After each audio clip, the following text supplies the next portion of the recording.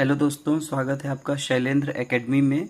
और दोस्तों, आज हम डिस्कस करेंगे डिप्लोमा के subject basics of mechanical and electrical engineering के मैकेनिकल पार्ट के बारे में, जिसके 2 वीडियो पहले अपलोड हो चुके हैं।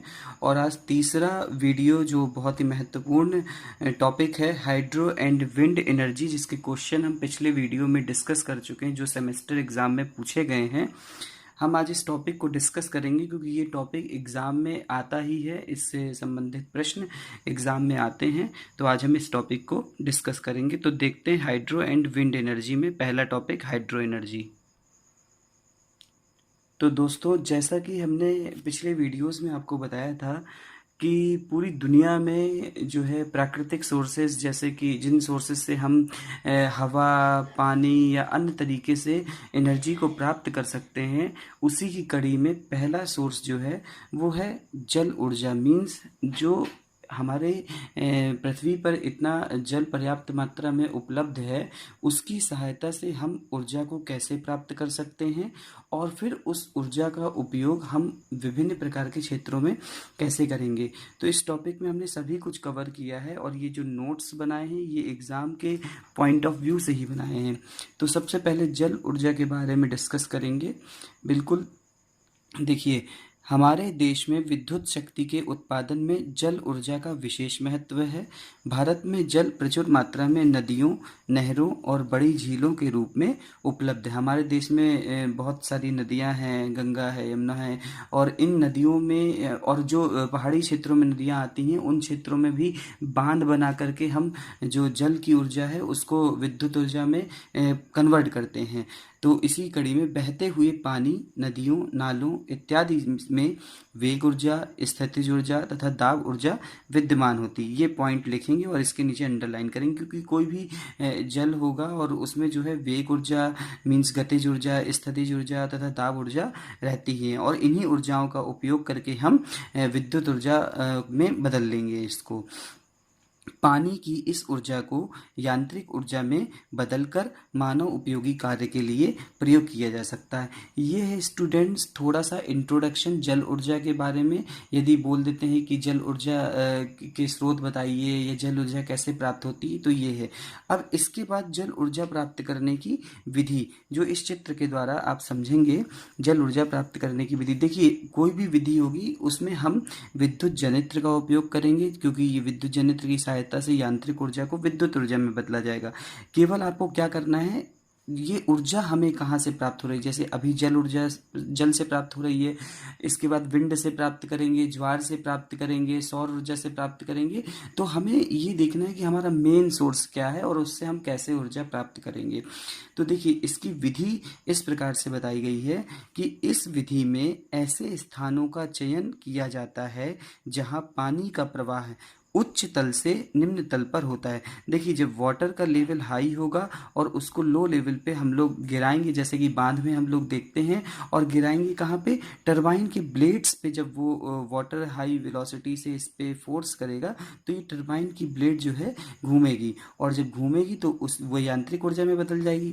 जो यहाँ पे पानी है उसकी जो ऊर्जा रहेगी, इसको हम टरबाइन की ब्लेड में जब इम्पिंज करेंगे, स्ट्राइक करेंगे वाटर की जेट, तो ये रोटेट करेगी, जिससे यांत्रिक ऊर्जा में कन्वर्ट होगी, और ये यांत्रिक ऊर्जा विद्युत जनित्र की सहायता से विद्युत ऊर्जा में कन्वर्ट हो जाएगी।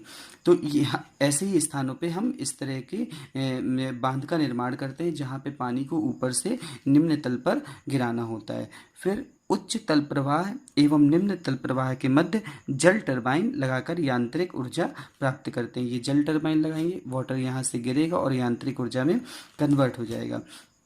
इसके बाद इस प्रकार प्राप्त यांत्रिक ऊर्जा को विद्युत जनित्र की सहायता से विद्युत ऊर्जा में बदल दिया जाता है। ये जो यांत्रिक ऊर्जा है विद्युत जनित्र की सहायता से विद्युत ऊर्जा में बदल दिया जाएगा। तो इस प्रकार से ये है जल ऊर्जा प्राप्त करने की विधि। अब इसकी उपयोगिता के बारे में डिस्कस करेंगे कि इसकी उपयोगिता क्या है। दोस्तों, पूरे विश्व में जल ऊर्जा का उपयोग भारी मात्रा में एनर्जी की आपूर्ति के लिए किया जा रहा है। उसी में देखेंगे कि विश्व में जल से शक्ति उत्पादन America, Canada, Sweden, Italy, Australia, Bharat तथा न्यूजीलैंड प्रमुख देश हैं। भारत में उपलब्ध जल ऊर्जा का लगभग 21% ही उपयोगी रूप में बदला जा रहा है। पहले हम जो है परंपरागत स्रोतों पर ज़्यादा निर्भर थे, जैसे कि कोयला हो गया, लकड़ी हो गया, लेकिन अब हमें जब ये पता चला कि उसके सीमित भंडार हैं, तो हम फिर ऐसे सोर्सेज की तरफ बढ़े जहाँ से हमें फ्री में ऊर्जा प्राप्त हो सकती है। मींस ऐसे सोर्सेज जो हमें नेचुरली अवेलेबल है, और साथ ही साथ इन सोर्सेज से जो है ऊर्जा हमको मिलेगी, और ये सोर्सेज कभी ना ख़त्म होने वाले, ये ख़त्म नहीं होंगे।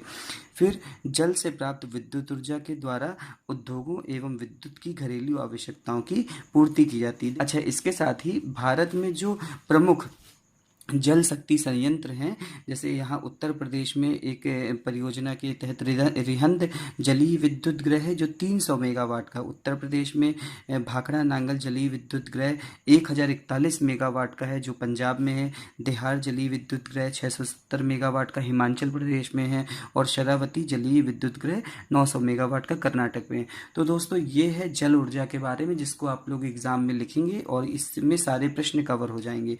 अब इसके बाद हम डिस्कस करेंगे पवन ऊर्जा के बारे में, जो एक नेचुरल सोर्स है जिसके द्वारा भी हम ऊर्जा को, जो पवन से प्राप्त होने वाली ऊर्जा को हम विद्युत ऊर्जा में बदल सकते हैं। देखिए, पवन के प्रवाह में सम्मिलित ऊर्जा को ही पवन ऊर्जा कहते हैं। इसको आप बिल्कुल एग्जाम में लिख सकते हैं। फिर पवन ऊर्जा के दोहन के लिए पवन चक्की, विंड मिल्स का प्रयोग किया जाता है। हम लोग देखते हैं कि समुद्र के किनारे जहाँ पर हवा की गति बहुत तेज होती है, वहाँ पे पवन चक्की हमेशा कार्य करती रहती है, घूमती रहती है। अब देखिए, ये एक इम्पॉर्टेंट पॉइंट है। वर्तमान में डेनमार्क तथा नीदरलैंड जैसे यूरोपीय देश में यह ऊर्जा प्राप्ति का प्रमुख स्रोत है। इस तरीके की पॉइंट वाइज लिखेंगे तो एग्जामिनर चेक करने वाले को भी समझ में आएगा, और साथ ही साथ आप अंडरलाइन करेंगे तो अच्छा प्रेजेंटेशन भी बनेगा। इसके बाद देखिए, भारत की यदि बात करते हैं तो भारत में विशेषतः समुद्री किनारों पर पवन वेग 10 से 16 किलोमीटर पर आवर रहता है, जबकि आधुनिक पवन चक्की लगभग 5 किलोमीटर प्रति आवर पर कार्य कर सकती है। मतलब जो भारत के समुद्री तट हैं या समुद्री किनारे, वहाँ पे जो हवा की जो आपकी वेलोसिटी रहेगी वो 10 से 16 किलोमीटर प्रति घंटे में रहेगी, लेकिन ये जो आधुनिक पवन चक्की है 5 किलोमीटर प्रति घंटे यदि हवा की स्पीड होती है तो भी यह कार्य कर सकती है। तो इसके बाद देखिए, एक पवन चक्की 20 से 25 वर्ष तक कार्य कर सकती है। मतलब इतना लंबा इनका टाइम पीरियड रहता है, तो मीन्स ज़्यादा मेंटेनेंस में भी बहुत ज़्यादा खर्चा नहीं आएगा। तो ये पवन ऊर्जा के बारे में कुछ बिंदु हैं जिनके अगर आता है तो आपको इसको इसी हिसाब से लिखना है। अब हम इसके आगे जो है डिस्कस करेंगे कि पवन ऊर्जा प्राप्त करने की विधि। तो दोस्तों, ये है पवन ऊर्जा प्राप्त करने की विधि।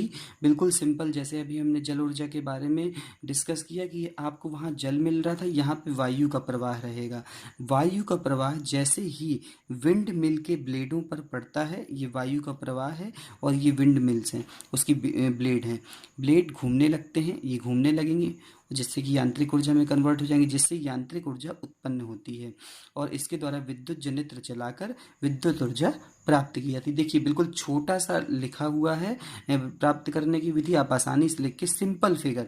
ये ब्लेड है, पंखा है, वायु का प्रवाह आ रहा है, पवन चक्की है, ये घूमेगा तो यांत्रिक ऊर्जा में कन्वर्ट होगी, और फिर हम विद्युत जनित्र की सहायता से विद्युत ऊर्जा में कन्वर्ट कर लेंगे। और फिर इसमें भी उसी तरीके से विद्युत ऊर्जा को हम विभिन्न प्रकार के उद्योगों में या घरेलू आवश्यकताओं की पूर्ति में ला सकते हैं।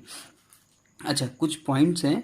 वायु प्रवाह की दिशा व तीव्रता में लगातार परिवर्तन होता रहता है। देखिए सुनिए, जब जो वायु चलती है, ये जरूरी नहीं कि वायु का वेग हमेशा एक समान रहे, वह जो है चेंज होता रहेगा। तो वायु प्रवाह की दिशा भी चेंज होगी, और तीव्रता में भी परिवर्तन रहने के कारण विद्युत वोल्टता तथा आवृत्ति में भी परिवर्तन होता रहता है। जो हमें विद्युत ऊर्जा मिलेगी उसके वोल्टेज में परिवर्तन रहेगा, जिसे किसी विशेष यंत्र विन्यास द्वारा पवन चक्की की गति को समान बनाकर स्थिर कर सकते हैं। हम कुछ यंत्रावली उसमें यूज करेंगे जिससे कि जो है पवन चक्की की गति जो है समान बनी रहेगी।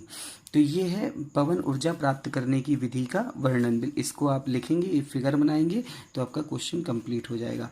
इसकी उपयोगिता के बारे में यदि अगर हम बात करते हैं तो भारत के समुद्री तटों पर स्थापित हजारों पवन चक्कियाँ शक्ति उत्पादन कर रही हैं। पवन ऊर्जा के उपयोग की दृष्टि से भारत को विश्व में चौथा स्थान है। ये पॉइंट आप लिखेंगे, जो देश की लगभग 1/4 ऊर्जा आवश्यकताओं की पूर्ति कर रहा है। बिल्कुल सही है कि पवन ऊर्जा के उपयोग की दृष्टि से चौथा स्थान है और देश की 1/4 ऊर्जा आवश्यकताओं की पूर्ति कर रहा है। इस समय भारत में पवन ऊर्जा द्वारा लगभग 7000 मेगावाट शक्ति का उत्पादन हो रहा है। तो ये पॉइंट अगर आप लिखते हैं तो अच्छा प्रेजेंटेशन के साथ साथ ये अच्छे नोट्स हैं, जिसके द्वारा आपके 2 टॉपिक आज कंप्लीट हो रहे हैं, एक जल ऊर्जा और एक पवन ऊर्जा। तो दोस्तों यही है इस वीडियो में, अगले वीडियो में हम फिर मिलते हैं। Thank you. ऑलराइट गाइस, तो होप करते हैं आपको ये टॉपिक अच्छे से समझ में आ गया होगा। सो यही था इस वीडियो में। अगर आपको ये वीडियो पसंद आई है तो इस वीडियो को लाइक ज़रूर कीजिएगा। साथ ही साथ अपने ज़रूरतमंद दोस्तों के साथ इसको शेयर कीजिए ताकि ये नोट्स सभी के पास तक पहुंच जाएं। और साथ ही साथ चैनल को सब्सक्राइब करना तो बिल्कुल नहीं भूलना है।